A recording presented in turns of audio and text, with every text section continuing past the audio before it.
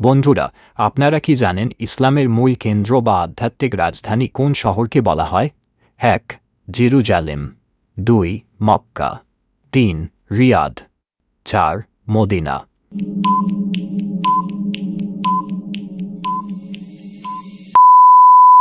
কি উত্তরটা কি জানা আছে?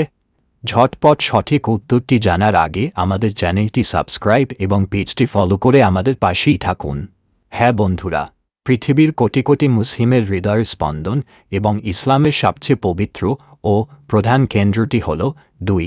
মক্কা মুকাররমা, যেখানে অবস্থিত পবিত্র কাবা শরীফ। বন্ধুরা, আপনারা কি জানেন ইসলামের মূল কেন্দ্র বা আধ্যাত্মিক রাজধানী কোন শহরকে বলা হয়?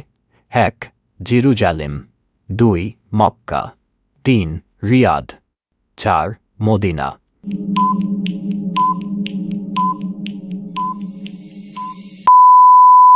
কি উত্তরটা কি জানা আছে? ঝটপট সঠিক উত্তরটি জানার আগে আমাদের চ্যানেলটি সাবস্ক্রাইব এবং পেজটি ফলো করে আমাদের পাশেই থাকুন। হ্যাঁ বন্ধুরা, পৃথিবীর কোটি কোটি মুসলিমের হৃদয়ের স্পন্দন এবং ইসলামের সবচেয়ে পবিত্র ও প্রধান কেন্দ্রটি হল ২. মক্কা মুকাররমা, যেখানে অবস্থিত পবিত্র কাবা শরীফ।